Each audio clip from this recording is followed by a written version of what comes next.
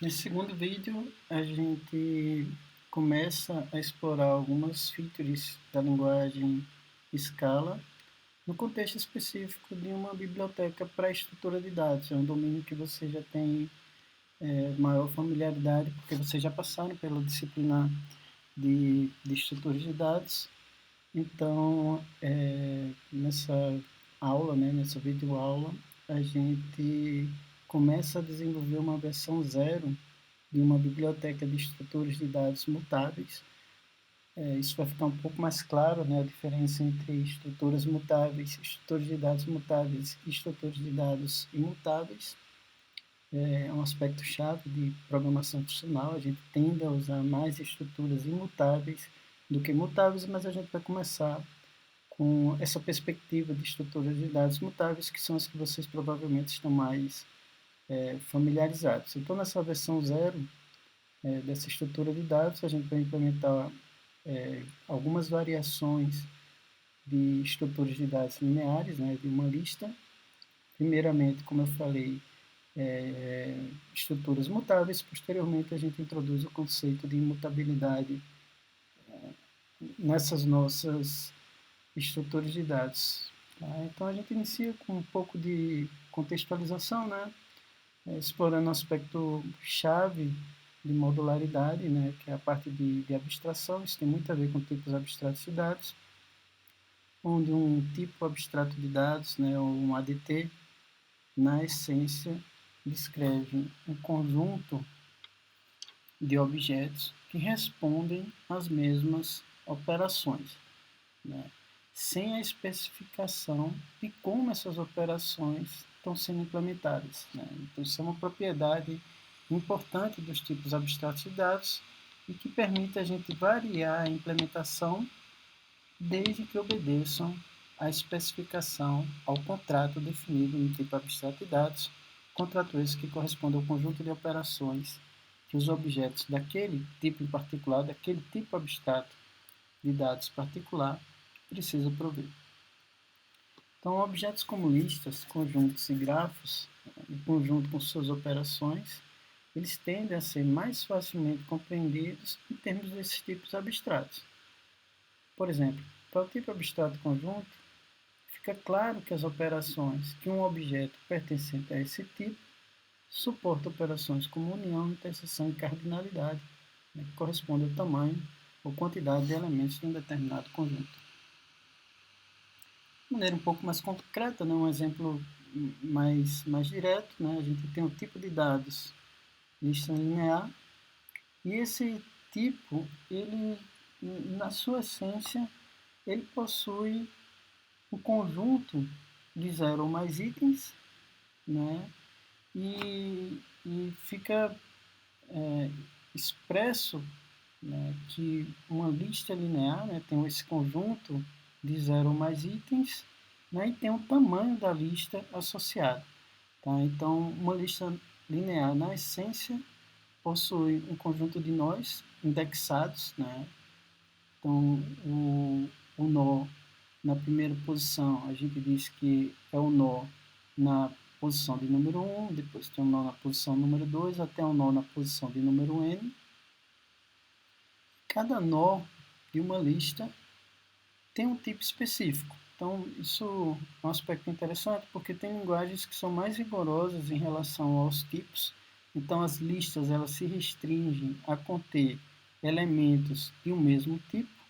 Tem linguagens que suportam listas heterogêneas. Então, a gente pode colocar numa mesma lista objetos de diferentes tipos. Vamos assumir que nesse nosso curso, uma lista só contém elementos do mesmo tipo, se difere um pouco de linguagens como Python. Mas aqui a gente não está se preocupando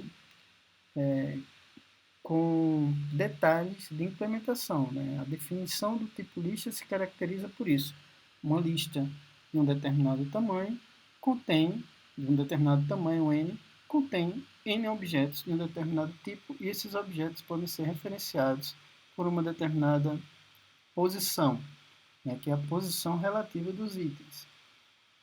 Então, tipicamente, talvez diferente da maior parte das linguagens de programação, Os autores de livros de estrutores de dados assumem que o primeiro elemento de uma lista é aquele que a gente pode referenciar pelo índice 1. Então, o elemento de índice 1 corresponde ao primeiro elemento da lista. O elemento de índice n numa lista de tamanho n corresponde ao último elemento da lista. E essa posição relativa é uma propriedade que diz que, dado um elemento de índice xi, para qualquer i variando de 1 até o comprimento da lista n-1, esse elemento precede o elemento que está na posição de índice i mais 1, né? O elemento da lista de índice i mais 1. De forma semelhante, o elemento xi, para qualquer i variando de 2 até n, sucede o elemento que está na posição de índice i menos 1, onde esse sucede não implica necessariamente uma ordem, né? A menos que a lista esteja ordenada, a gente não tem nenhuma garantia que o elemento de índice i mais 1 é maior do que o elemento de índice i, por exemplo. Então, não necessariamente uma lista linear ela precisa estar ordenada. Então, existe um conjunto de operações que caracterizam esse tipo lista linear, são operações tipicamente encontradas nesse tipo. Então, por exemplo, a operação find, a gente passa um determinado valor v como argumento para essa operação e a gente retorna, caso esse elemento exista, a gente retorna a primeira posição que possui, a primeira posição na lista que possui um valor igual a esse argumento v passado na função find. As outras operações elas também devem ser de alguma forma naturais, né? Vocês já devem ter contato com elas, vocês devem ser familiares com elas. Então existe a operação element_at, que a gente passa um determinado índice e a gente obtém como valor de retorno o valor na lista do elemento da lista, o valor do elemento da lista naquela determinada posição. Tem outras operações, como insert, que a gente passa uma posição em um determinado valor, a gente insere o valor v naquela posição, desde que esse índice seja um índice válido. A gente tem uma operação remove, que a gente também passa um determinado índice e a gente remove o elemento daquela posição. A gente tem uma operação size, que retorna o número de elementos da lista. Tipicamente, essas são as operações que descrevem o tipo abstrato de dados, o ADT, lista linear. Então, existe um conjunto de contratos associados àquelas operações, como eu mencionei, né? Então, por exemplo, a posição insert, ela requer que a gente passe como argumento um índice, um determinado valor, um índice P, um determinado valor V, são os argumentos dessa função, mas existe a restrição de que esse índice tem que ser maior ou igual que 1 e menor ou igual que o comprimento da lista atual, chamado de N0.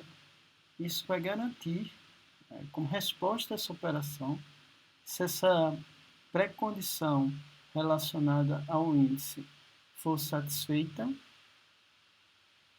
ela garante, né, a saída dessa operação garante que o comprimento da lista, após chamar essa função, o comprimento N1, vai ser igual ao comprimento anterior da lista, N0 mais 1, né? Ou seja, a gente aumenta em 1 o comprimento da lista após a operação de inserção.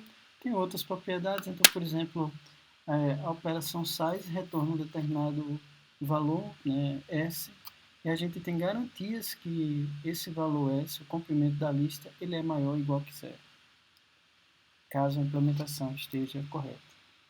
A gente também pode especificar, como a gente vai explorar um pouco nesse vídeo, a gente também pode especificar esses contratos de uma forma que permita a execução de testes automatizados, né, usando uma estratégia chamada Behavior Driven Development, que a gente pode criar um conjunto de testes, né, de tal forma que que esses testes automatizados reflitam o comportamento ou o contrato esperado por uma lista. Por exemplo, caso a gente chame a função find passando o valor 1000 como argumento, na lista contendo os valores 100, 1000 e 10.000, a gente espera que o valor retornado seja 1, né? Imaginando que a gente está indexando a partir de 0 na nossa implementação. Então, o elemento de índice 0 seria o 100, o elemento de índice 1 seria 1000, o elemento de índice 2 seria 10.000. Tá? Então, uma chamada função find 1000 nessa lista deveria retornar um valor 1. Tá? Isso aqui já é um idioma de programação funcional que diz o seguinte, olha, caso a gente chame a função find passando um valor que não existe nessa lista, a gente vai retornar um valor inválido. Tá? A gente vai explorar um pouco mais isso, mas na essência isso aqui é um functor, né? A gente pode imaginar como sendo um box que dentro dele contém um valor 1. E esse sum indica que a chamada função find 1000 nessa lista aqui, né, retorna um valor válido. Quando a gente coloca esse valor 1 dentro desse box, né, dentro desse functor sum. Então, usando a linguagem Scala, isso é um aspecto bem interessante das linguagens orientadas a objetos, né? A gente consegue mapear diretamente um tipo abstrato de dados para alguma construção de uma linguagem OO. Por exemplo, como eu falei, né, um tipo abstrato ele corresponde a um conjunto de valores que obedecem uma interface, né? Declara um conjunto de operações. Então, em Java, talvez alguns de vocês já tenham tido contato com a linguagem Java, um tipo abstrato de dados ele é mapeado diretamente em uma interface. A interface é uma construção da linguagem Java que permite a gente especificar um tipo, né? Permite a gente especificar um conjunto de operações que todos os objetos que possuem aquele tipo devem oferecer, devem suportar. Né? Os objetos devem aceitar mensagens declaradas em todos os tipos que ele possui. Em C++, a gente simula essa noção de interface utilizando classes 100% abstratas, ou seja, uma classe abstrata cujos métodos são todos virtuais e puros, né? Sem implementação. E na linguagem Scala, a gente utiliza uma construção, né, que tem algumas similaridades com interfaces. Os conceitos são um pouco diferentes porque a parte de composição de trait na linguagem Scala é diferente da forma como a gente compõe classes em torno das interfaces Java. Tá? Isso vai ficar claro um pouco mais para frente. Mas a questão aqui é que a gente pode mapear diretamente um tipo abstrato na linguagem Scala, no caso em um trait, na linguagem Java seria uma interface, e na linguagem C++ uma classe 100% abstrata. Então, como por exemplo, isso aqui estaria o exemplo de implementação do tipo abstrato de dados utilizando um trait na linguagem Scala, e o mapeamento é muito direto em relação à nossa especificação como tipo abstrato de dados, isso aqui é apenas uma especificação, e a gente consegue traduzir isso diretamente como um trait na linguagem Scala.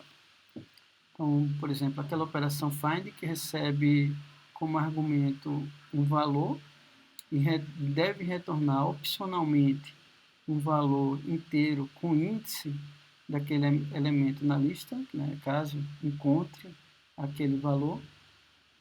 Isso aqui está a especificação, então isso aqui é uma função que recebe um valor inteiro e opcionalmente retorna um valor também inteiro, caso encontre aquele elemento na lista. A operação insert, diferentemente, ela recebe um índice, recebe um valor também inteiro e retorna vazio. Né? Seria esse unit aqui, seria o correspondente, com algumas diferenças, com o tipo void da linguagem C e C++, por exemplo. Essa operação aqui, por não retornar uma nova lista, caracteriza o desenho de um tipo abstrato de dados mutável. Ou seja, essa operação insert, ela altera a própria lista que eu estou executando essa operação. Similarmente, essa operação remove, ela simplesmente altera o estado da lista e não retorna nenhum novo valor. Ela remove o elemento da lista e não retorna nenhum valor significativo, semântico, como resultado dessa operação. Então, o importante disso é que esse tipo abstrato de dados, ele abre a possibilidade da gente ter diferentes implementações do tipo lista. Isso porque eu não tenho implementação. Aqui é só uma especificação das operações que qualquer lista, né, implementado em termos desse trait deve prover. Então, isso aqui, podem imaginar isso aqui como sendo um contrato para o tipo lista. Então, existem diferentes alternativas para implementar aquele ADT, né? Então, por isso aquilo ali é só um contrato, não tem implementação. E a principal decisão quando a gente está implementando uma lista linear é saber se a gente vai utilizar a alocação sequencial ou a alocação encadeada. Onde na alocação sequencial, a gente aloca uma área contínua de memória e cada elemento da lista vai estar disponibilizado naquela região de memória que a gente previamente alocou. Se a gente precisar adicionar mais elementos na lista do que cabe naquela região de memória, a gente tem que fazer alguma manipulação, alocando mais espaço e fazendo algumas operações de cópia para adicionar os elementos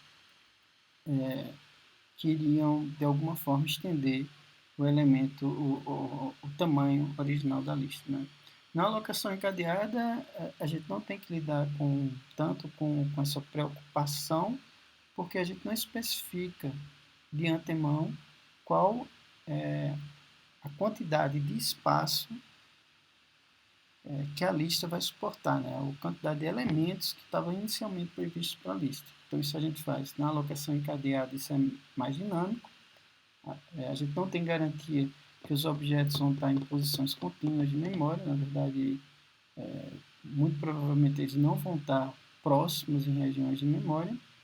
E cada nó da lista, além de conter um valor semântico, né, o objeto que corresponde ao nó da lista, ele também tem um apontador, um objeto que corresponde ao conteúdo, né,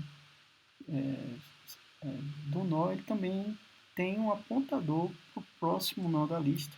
Se a lista for simplesmente cadeada, a gente tem algumas variações disso aí também, mas isso aí é uma revisão, vocês já são especialistas em relação a isso. Finalmente, né, um aspecto importante observado, como eu mencionei, é que aquela lista ali é mutável, as operações de insert e remove, elas não retornam uma nova lista, na verdade eles atualizam a lista que a gente aplicou àquela operação, mas existe uma outra estratégia que é o uso de listas imutáveis, né, que na verdade deveria estar imutável, que na verdade é que essas operações, né, de inserção e remoção devem retornar, na verdade, uma nova lista. Isso a gente vai explorar em um próximo vídeo.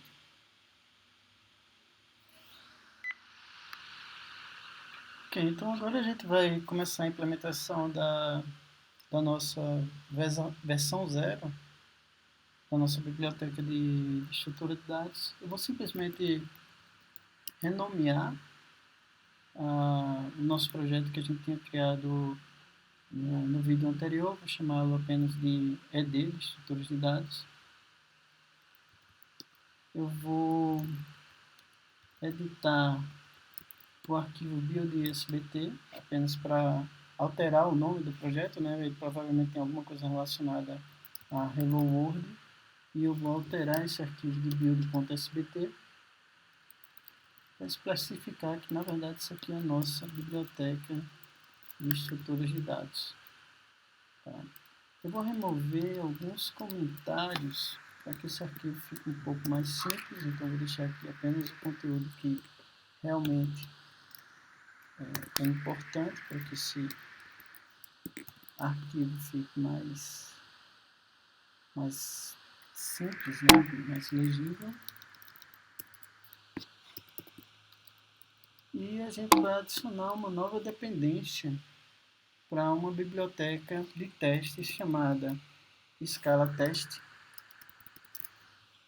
Essa biblioteca está disponível nesse site, né, scalatest.org.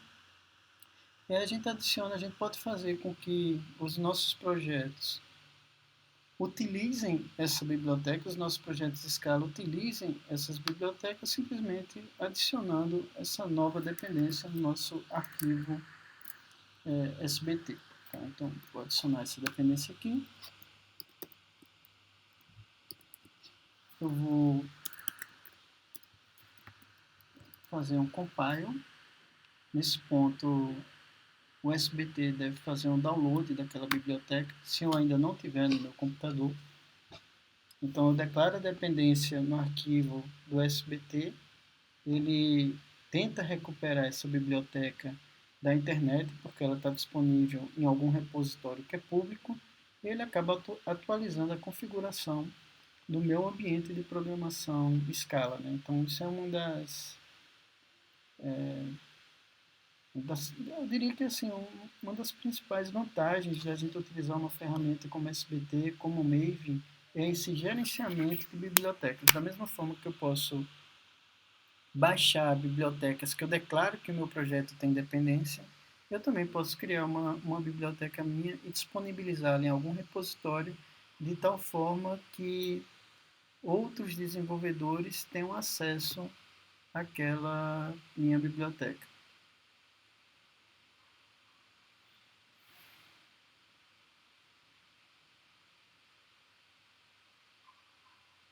Então, ele aqui está fazendo o download da biblioteca, vocês podem ver que ele está atualizando o projeto, está acessando a biblioteca naquela versão específica que eu declarei no documento.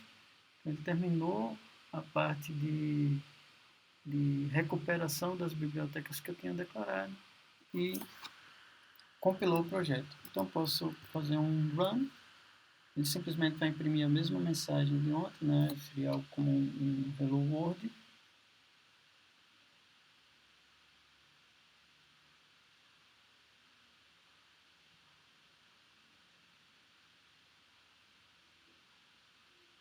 E agora a gente vai trabalhar de uma forma um pouco mais interativa, né? Eu vou escrever código, escrever um pouco de teste, compilar, executar, corrigir erros, tanto erros simples que eu posso cometer na sintaxe da linguagem Scala, erros de lógica que eu posso cometer, mas isso é uma forma um pouco mais interativa da gente estar apresentando esse conteúdo. Tá? Então eu vou abrir aqui um editor. A gente só tem um código por enquanto, que é esse main.scala. Eu vou praticamente explodir com esse código, que eu vou declarar nesse momento a nossa, o nosso tipo abstrato de dado como um trait. Isso. Então a gente tem um trait, o nome desse trait vai ser list, e eu posso declarar um conjunto de operações nesse trait. Tá? Então, a primeira operação que a gente vai ter aqui vai ser a operação mais simples, na verdade, size. Isso aqui retorna um valor do tipo int. Vamos criar uma outra operação, insert, que a gente passa uma posição, que é inteiro, e a gente passa um valor, também é inteiro. Essa operação aqui retorna void, ela só altera o estado da lista. Tá? Nessa estratégia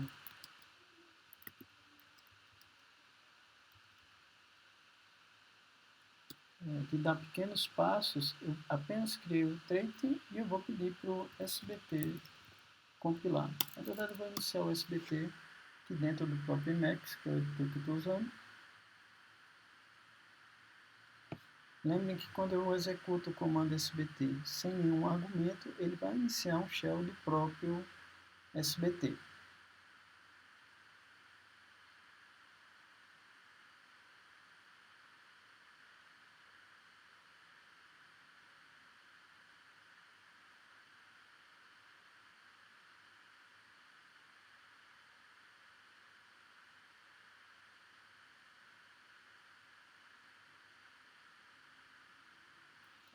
Eu posso tentar compilar para ver se meu código está minimamente correto. Acho que não foi uma boa ideia iniciar o SBT dentro do próprio Emacs. Eu vou abrir uma outra janela de terminal, mas pelo menos a gente vê aqui que, que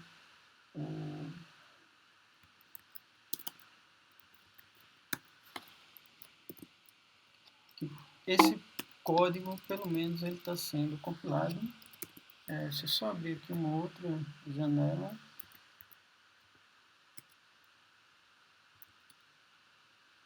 Certo? E agora eu vou abrir o shell aqui mesmo, um outro terminal, em vez de executá-lo dentro do Emacs, porque virou uma completa bagunça.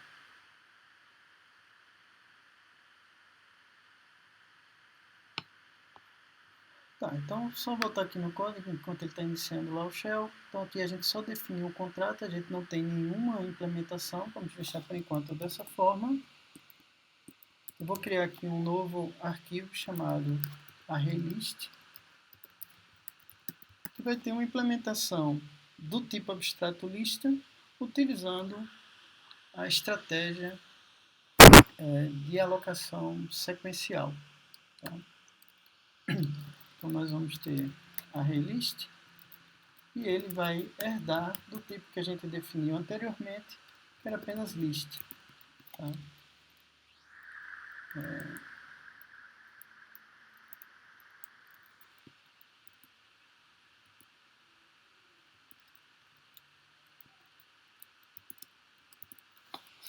Notem que aqui eu estou dando uma implementação trivial, né, sem nenhuma lógica, apenas para ver se o meu projeto está compilando ainda. Eu digo que se a gente chamar a função size em um arraylist, o resultado é 0. Obviamente a gente vai melhorar isso daqui a pouco. Se a gente chamar a operação de insert em um arraylist, nesse momento ele não está fazendo simplesmente nada. Ele está executando esse bloco de código sem nenhum valor de retorno. Então, se eu só verificar se isso aqui também ainda está compilando.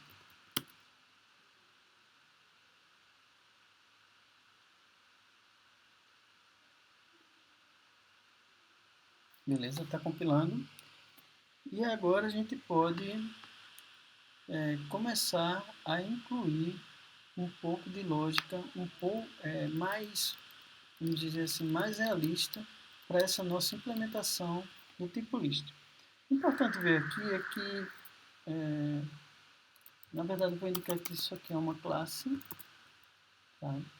E eu estou dizendo o seguinte, olha, essa minha classe ArrayList, ou seja, os objetos dessa classe, que são instâncias dessa classe ArrayList, eles têm o mesmo comportamento declarado no tipo list, declarado, mas não implementado no tipo list.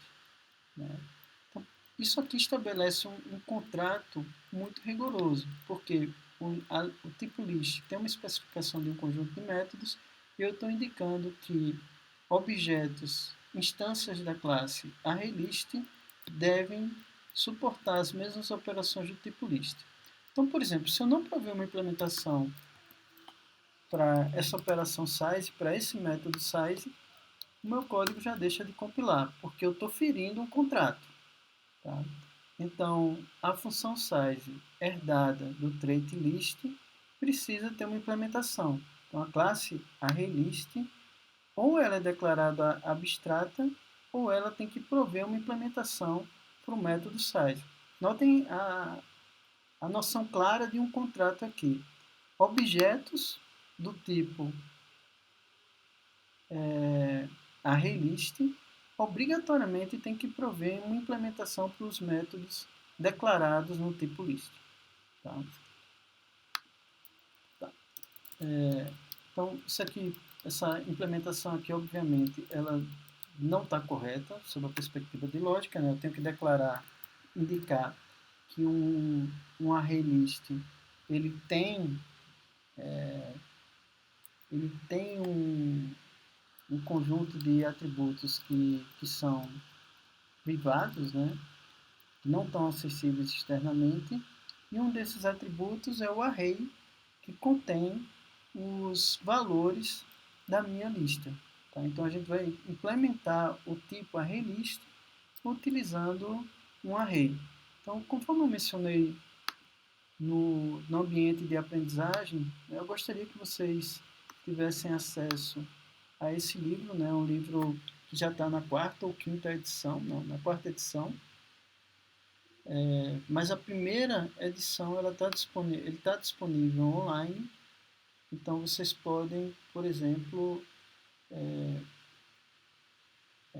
ter esse livro em mãos para saber, por exemplo, como se declara um array, como se declara alguns tipos. Né? Então aqui a gente tem um tipo array, que para eu declará-lo eu sigo essa sintaxe. Né? Não sei se vocês estão conseguindo enxergar, mas eu declaro que seria uma variável, né? Mas como ela está declarada como sendo val, significa dizer que eu não consigo instanciar ou fazer com que essa variável aponte para um outro objeto.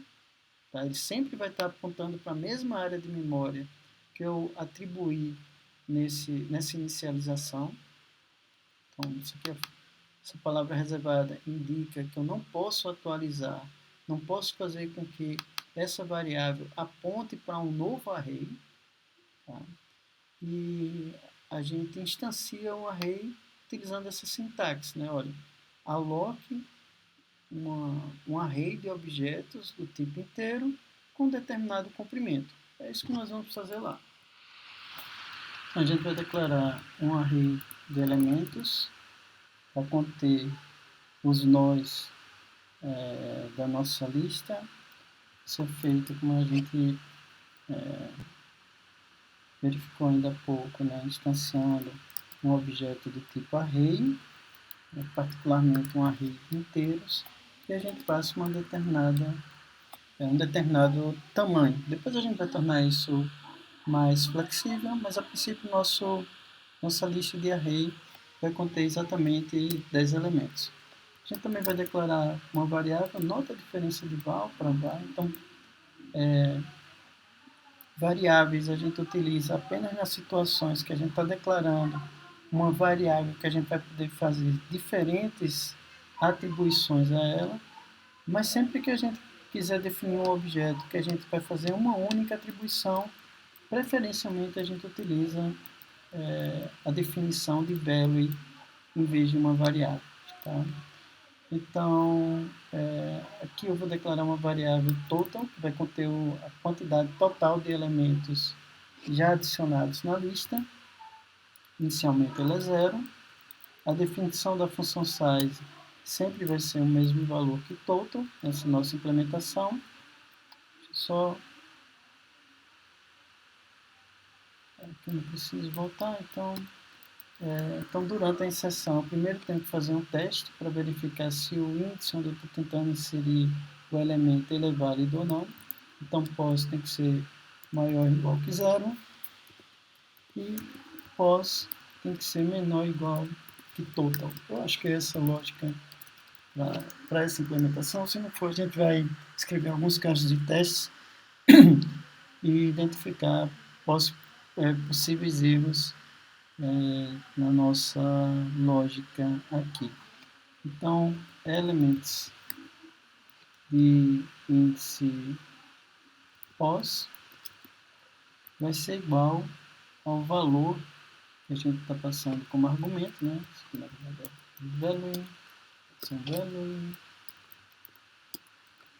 e por fim a gente tem que fazer total, recebe total mais 1. Depois a gente explora outras sintaxes para isso, né? Provavelmente a gente poderia reescrever isso aqui como sendo total mais igual a 1. Mas por enquanto só para a gente não avançar tanto, vamos fazer total recebe total mais 1. Depois a gente faz alguns testes. Então a gente agora pode compilar esse código-fonte para saber se ele está sintaticamente correto. Ok, então ele está sintaticamente correto. E agora a gente pode escrever alguns casos de teste para verificar essa implementação. Então, conforme a gente discutiu, a gente vai utilizar uma biblioteca específica chamada ScalaTest, usando uma das estratégias de teste suportadas por essa biblioteca, onde a gente automatiza a execução de testes, muito no formato de testes unitários. A gente precisa criar uma classe específica de teste e ela tem que herdar o comportamento de uma classe específica nessa biblioteca chamada FunSuite. E a gente pode escrever vários casos de testes em um único teste suite. A gente vai criar um teste suite para a nossa classe ArrayList. Então eu vou criar esse módulo de teste nessa outra pasta aqui. Vou criar um novo diretório.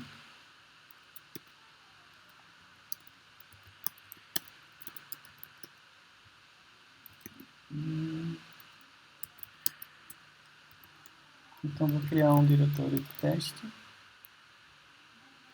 onde a gente vai residir todo o nosso comportamento de teste e mais alguns pacotes.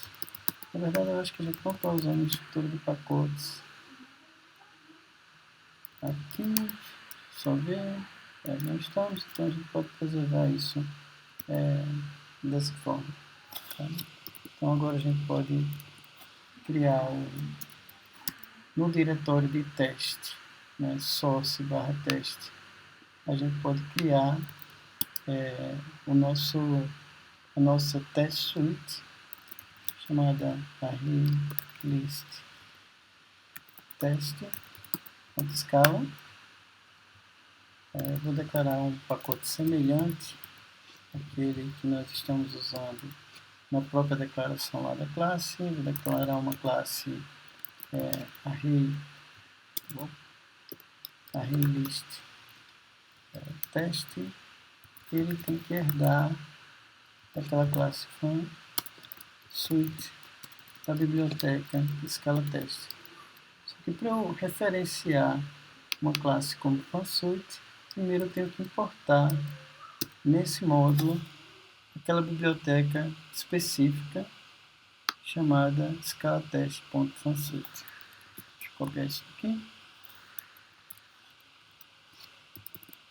Eu vou criar um teste bem simples, novamente naquela estratégia de dar pequenos passos para verificar se o ambiente está todo bem definido. Então vou fazer um teste extremamente fake aqui.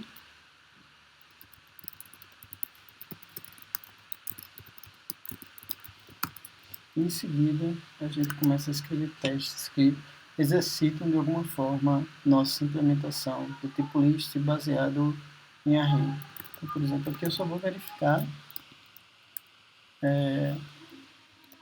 se, por exemplo, 3 é igual a 1 mais 2. Obviamente isso aqui, eu espero que isso aqui retorne verdadeiro, mas o principal objetivo nesse momento é verificar se a gente tem, realmente a gente já tem essa biblioteca instalada no nosso ambiente e se esse pequeno módulo está pelo menos sintaticamente correto. Então lembre que primeiro a gente precisou compilar aquele nosso arquivo. Aquele arquivo está na pasta source main, escala, e para a gente compilar o módulo de teste e executar, a gente executa teste no próprio shell do SBT. Ele deu warning, dizendo que alguma coisa. Beleza, então, mas os testes estão passando e dá um warning dizendo que para obter o hostname local está sendo muito devagar. Isso é porque o hostname do computador não está setado, realmente não está setado. Depois eu tento verificar o que é isso. Mas em linhas gerais, vou executar aqui novamente.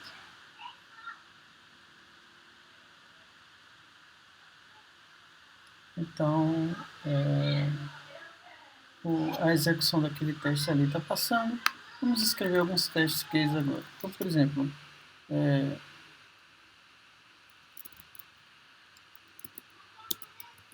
posso dizer que o empty array list must have size igual a zero. Então, vamos instanciar nesse nosso bloco de código um array list, né, só para a gente se lembrar. Nós temos esse módulo, né, que declara uma classe ArrayList, e no nosso módulo de teste eu vou instanciar um objeto do tipo ArrayList, chamado apenas de array, new ArrayList,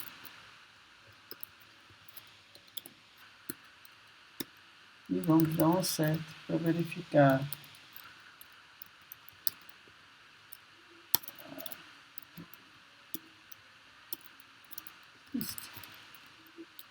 Vamos verificar se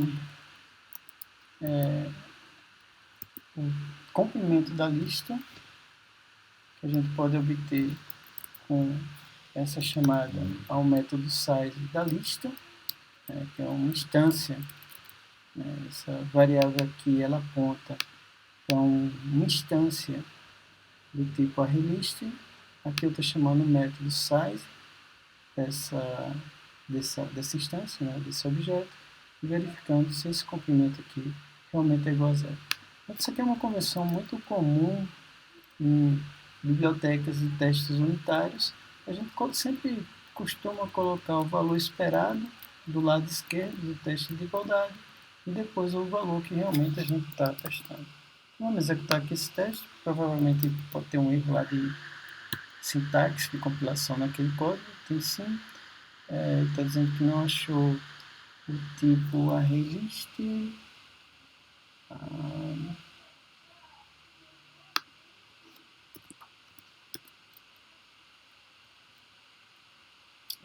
É porque o pacote aqui está declarado como BR, UNB, SICD, e aqui eu estou declarando o pacote de uma forma equivocada. Então agora ele deve localizar, ambos estão no mesmo pacote.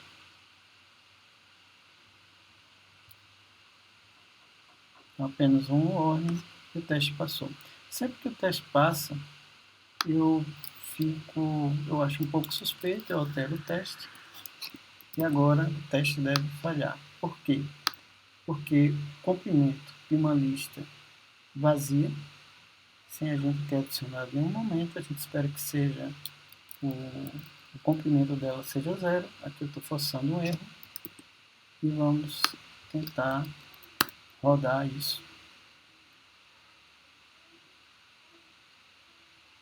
Ele deve reportar uma falha, né? Então 10 não é igual a zero, então isso é um erro. Aqui o teste está passando por aqui, dessa forma aqui é o correto.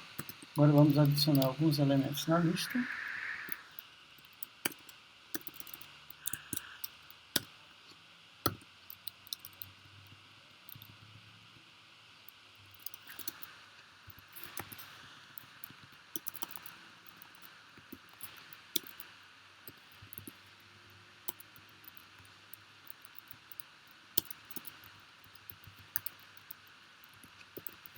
Então, uma lista com 3 elementos deve ter comprimento igual a 3. Então, aqui a gente repete, né? A gente está instanciando um objeto do tipo ArrayList. Vamos adicionar alguns elementos, por exemplo, vamos adicionar na posição de índice 0 o valor 10. Vamos adicionar na posição de número 1 o valor 100 e vamos adicionar na posição de número 2 o valor 1000. E agora vamos verificar se essa lista tem tamanho 3. Se não tiver, a gente detectou um bug na implementação da nossa classe arraylist e a gente precisa corrigir. Essa é a ideia de escrever um pouco de código, em seguida escrever um pouco de testes automatizados e a gente prossegue dessa forma. Então, executando aqui esse teste.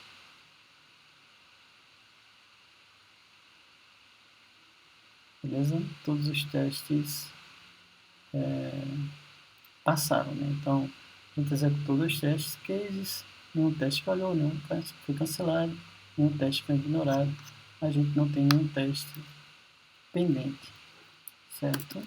Mas agora a gente vai escrever um novo teste que verifica, tá, qual o valor de um elemento em uma posição específica na lista. Então, the element of index 1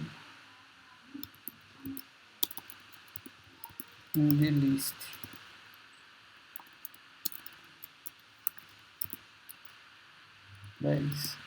sendo em 1000, tá? O elemento de índice 1 nessa lista must be 10.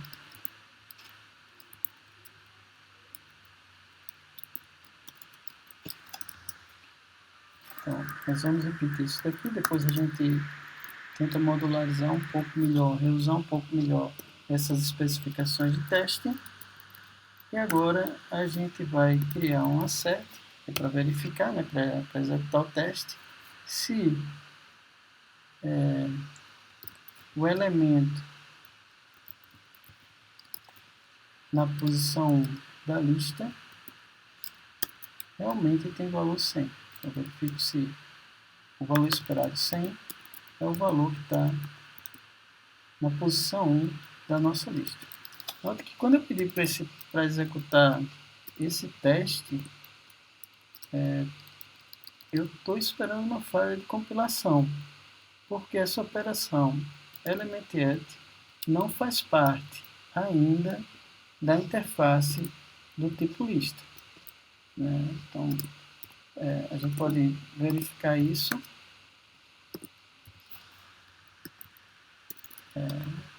abrindo o nosso arquivo, né, a arraylist, e só tem 2 operações, a operação size e a operação insert. Se eu abrir a definição de lista em si,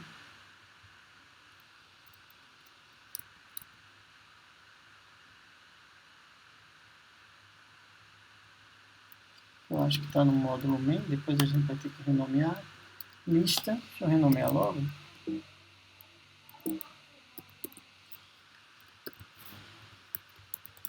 Então, depois eu renomeio no sistema de arquivos, na verdade removo lá do sistema de arquivos. Então, uma lista, conforme está definido aqui, é qualquer objeto que aceita as operações size e insert. Por outro lado, no teste, a gente não tem, a gente está tentando usar essa operação element_add, essa operação não existe e por isso a gente vai ter um erro de compilação. Então, o primeiro passo, né, o que a gente precisa fazer agora realmente é adicionar essa operação element_add à definição do tipo lista.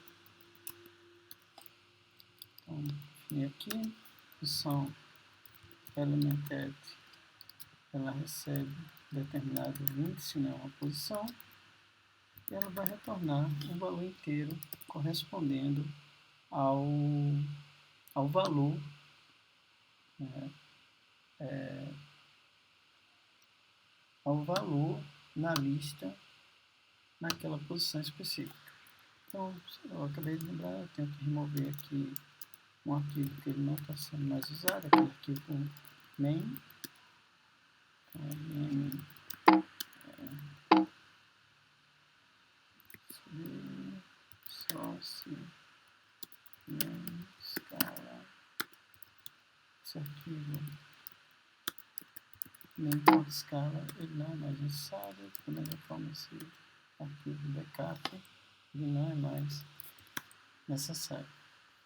Tá? Então aqui nesse ponto do meu programa, se eu tentar compilar, o código também não vai passar, porque na essência a classe ArrayList, apesar dela herdar do tipo lista, ela não implementa o método elementAdd. Então, por causa disso, a gente alterou o contrato do tipo lista e isso reflete automaticamente na classe ArrayList.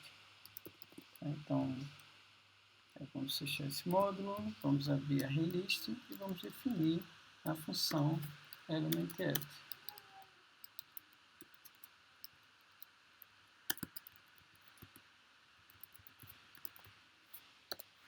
Passando de uma determinada posição, que é um inteiro, e a gente vai, isso também é um tipo inteiro, e a gente vai retornar direto o elements que está numa determinada posição. Obviamente, isso aqui ele deve passar no caso de teste.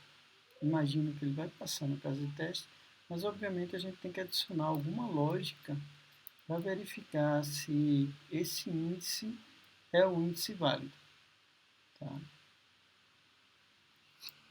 Eu acho que pode ser nosso próximo test case, pode ser escrever um teste onde a gente chama a função elementAdd passando uma posição inválida. Isso vai demandar algum ajuste no nosso design. Tá? Então vamos testar. Na verdade, primeiro eu vou compilar, saber se tem algum erro naquele código. Passou, e agora eu vou testar.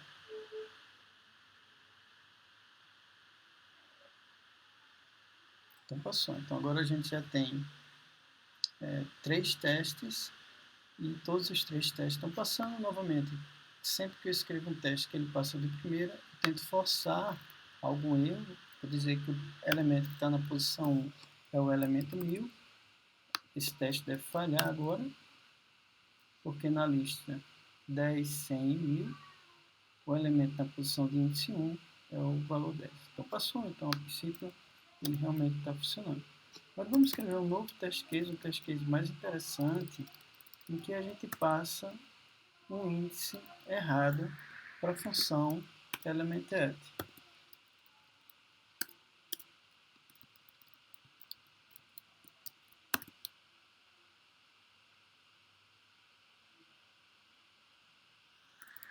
Então, a gente agora está escrevendo um caso de teste ao mesmo tempo que a gente está fazendo design da solução, né? Projeto da solução.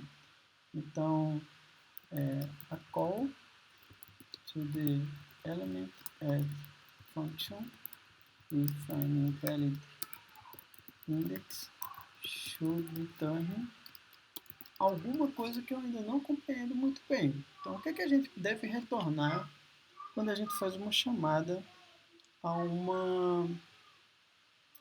uma determinada função e a gente não cumpre as pré-condições dela? Então, uma pré-condição para a função elementAdd é que eu faça a chamada função com um índice que seja válido. Ou seja, se eu passar um índice negativo, isso eu tenho que retornar um valor, né, indicando que a pré-condição não foi satisfeita.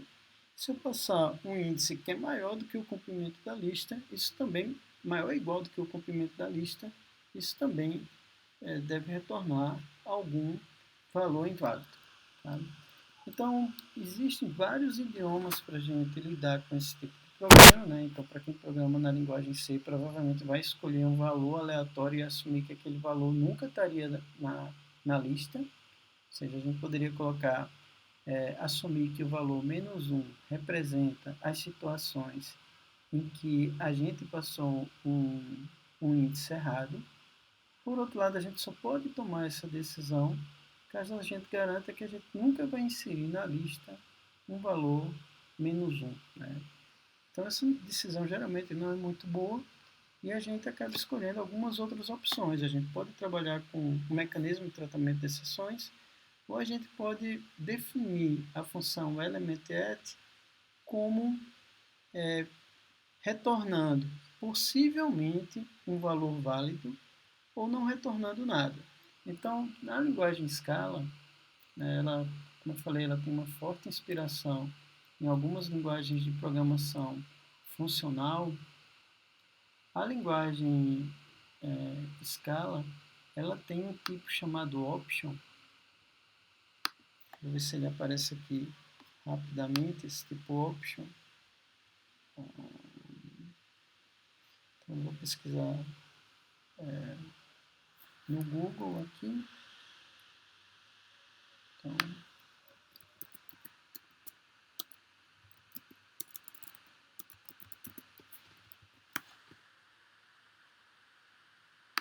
o tipo option Scala, ele é usado quando a gente quer lidar com algumas situações de erro, em que a função ela está definida para um determinado conjunto de valores e ela está indefinida para um outro conjunto. Então, o tipo option, ele, na essência, ele é definido ele é definido a partir de dois construtores. Um construtor chamado sum, que indica as situações em que não ocorreu um erro na chamada da função. Tipicamente a gente pode usar nesse cenário. E o outro construtor chamado none, que a gente utiliza quando, por exemplo, a gente não cumpriu as pré-condições de uma determinada função. Então, a função, nessa situação que a gente não cumpre as pré-condições, a gente retorna algum valor. Caso contrário, a gente retorna none. Então, vamos definir a função elementAt em termos do tipo option. Tá? Esse tipo option tem uma forte relação com o tipo maybe da linguagem Scala. Então, vamos fazer alguns ajustes aqui. O primeiro ajuste é que aqui, na verdade, ele vai retornar algum valor 100. Esse aqui seria um valor válido. Se a gente tentar chamar com o índice menos 1, isso aqui seria um valor inválido. Se a gente tentar chamar essa função com um valor que corresponde ao comprimento da lista, por exemplo, 3, isso aqui também seria uma chamada inválida, porque a gente viola as pré-condições da função elementAt, da operação elementAt. Então, por outro lado, se eu chamar um valor válido, isso aqui deve me retornar o valor 10, não o valor 10, na verdade é o valor sum de 10. Obviamente,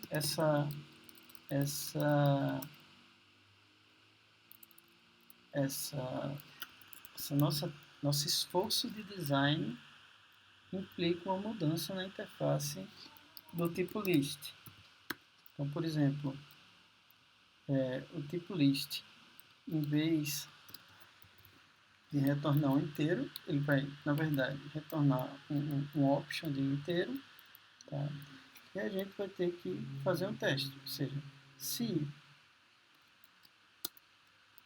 pos for maior ou igual que 0 e pos for menor que total, então a gente retorna sum de elements índice pos. Caso contrário, a gente retorna não. Então aqui a gente está escrevendo bem no estilo funcional, né, onde a gente coloca uma condição, mas essa condição leva a gente a uma expressão. A avaliação dessa condição, esse if statement, leva a gente ou a um valor válido ou a um valor inválido representado pelo nome. Também tenho que alterar a própria interface, o próprio contrato, está declarado em list.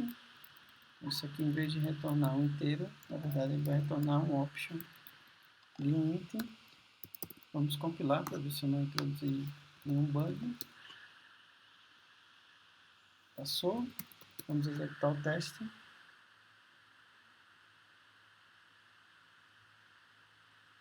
E o nosso teste passou porque, tá, o teste, na verdade, eu escrevi o teste de forma equivocada, provavelmente. Então, nesse ponto aqui, na verdade, o elemento na posição 1, na verdade, é o elemento 100. Vou testar aqui novamente.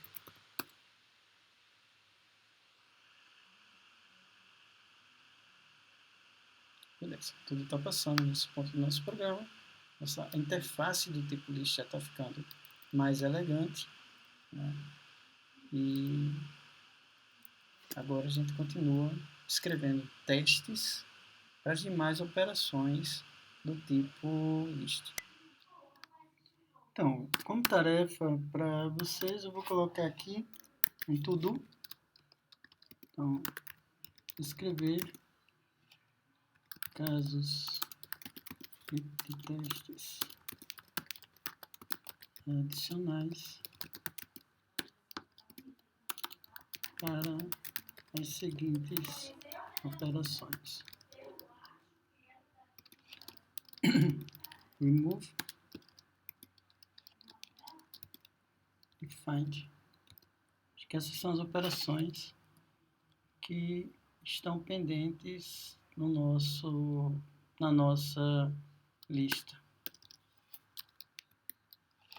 Só um item a mais.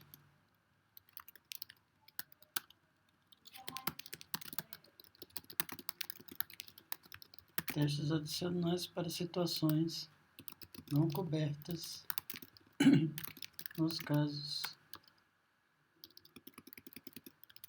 e testes atuais.